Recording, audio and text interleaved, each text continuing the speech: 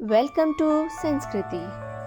26वें अध्याय में भगवान श्री कृष्ण सत्यभामा जी को धनेश्वर ब्राह्मण की कहानी सुनाते हैं। श्री कृष्ण बोले, उज्जैन नगर में धनेश्वर नाम का एक ब्राह्मण रहता था। वह अपने कर्मों को नहीं करता था, पापी और दुष्ट था।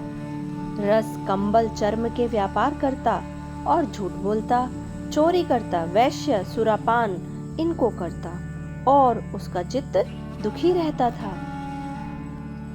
खरीदने बेचने का कार्य करते हुए वह धनेश्वर महर्षि की बसाई हुई महिष्मतीपुरी में पहुंचा, जो पवित्र नर्मदा नदी के किनारे बसी थी। वहां धनेश्वर ने कार्तिक स्नान करने वालों को देख 1 महीना निवास किया। बिक्री के लिए नर्मदा नदी के किनारे घूमते हुए उसने स्नान करके जप और पूजन में लगे हुए ब्राह्मणों को देखा।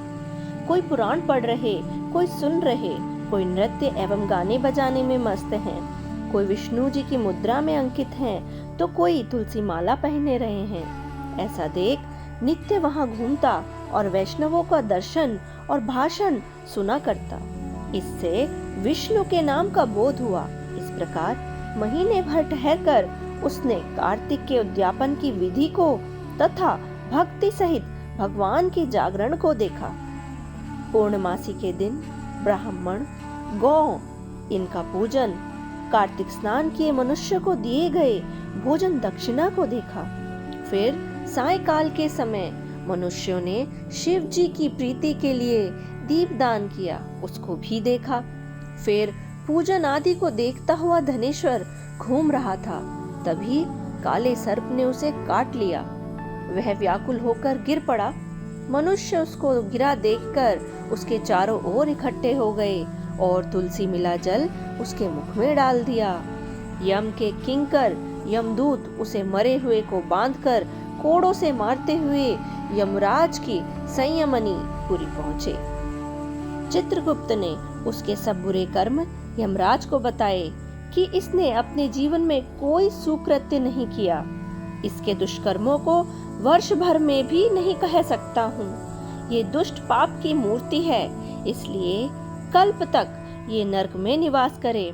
श्री कृष्ण बोले, वह यमकाल और अग्नि को समान रूप दिखाता हुआ अपने सेवकों से क्रोध के वचन बोला, हे प्रेतपतियों, इस पाप स्वरूप को मुग्धरों से मारते हुए कुंभीपाक नरक में डाल दो। मुग्धरों के लगने से उसका सिर फूट गया। फिर धनेश्वर को प्रेतपति ने तेल के ओटाने जिसमें शब्द हो रहा है ऐसे कुंभीपाक नरक में डाल दिया, किंतु उसके डालने से अग्नि शीतल हो गई, जैसे प्रहलाद को डालने से अग्नि शीतल हो गई थी। प्रेतपति ने विस्मित हो वह सब वृतांत यमराज से जाकर कहा। यमराज प्रेतपति की बात सुनकर विस्मय से विचार करने लगे। तभी वहां नारद जी पधारे।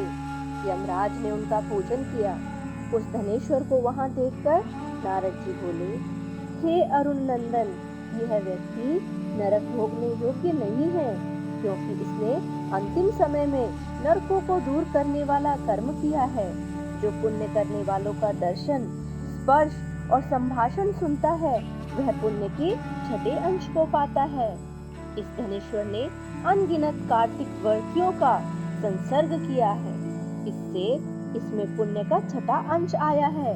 इसने उनकी सेवा की है, इससे संपूर्ण व्रत का भागी है, क्योंकि व्रत से मिलने वाले पुण्य की संख्या नहीं है। भगवान कार्तिक का व्रत करने वाले मनुष्य के बड़े पापों को भी बड़ी तेजी से दूर कर देते हैं।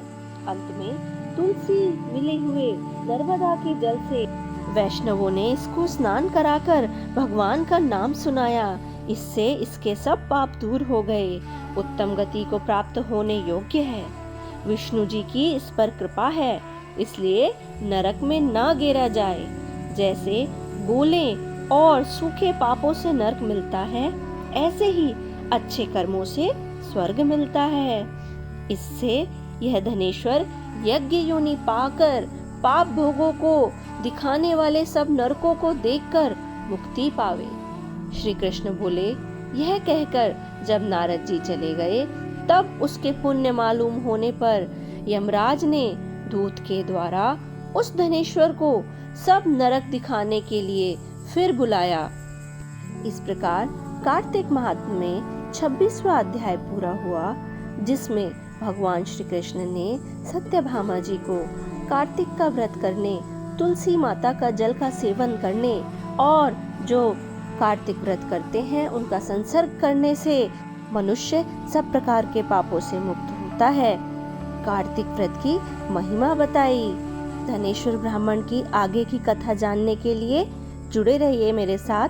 मिलते हैं अगली वीडियो में। ओम नमो भगवते वासुदेवाय। Thank you for watching.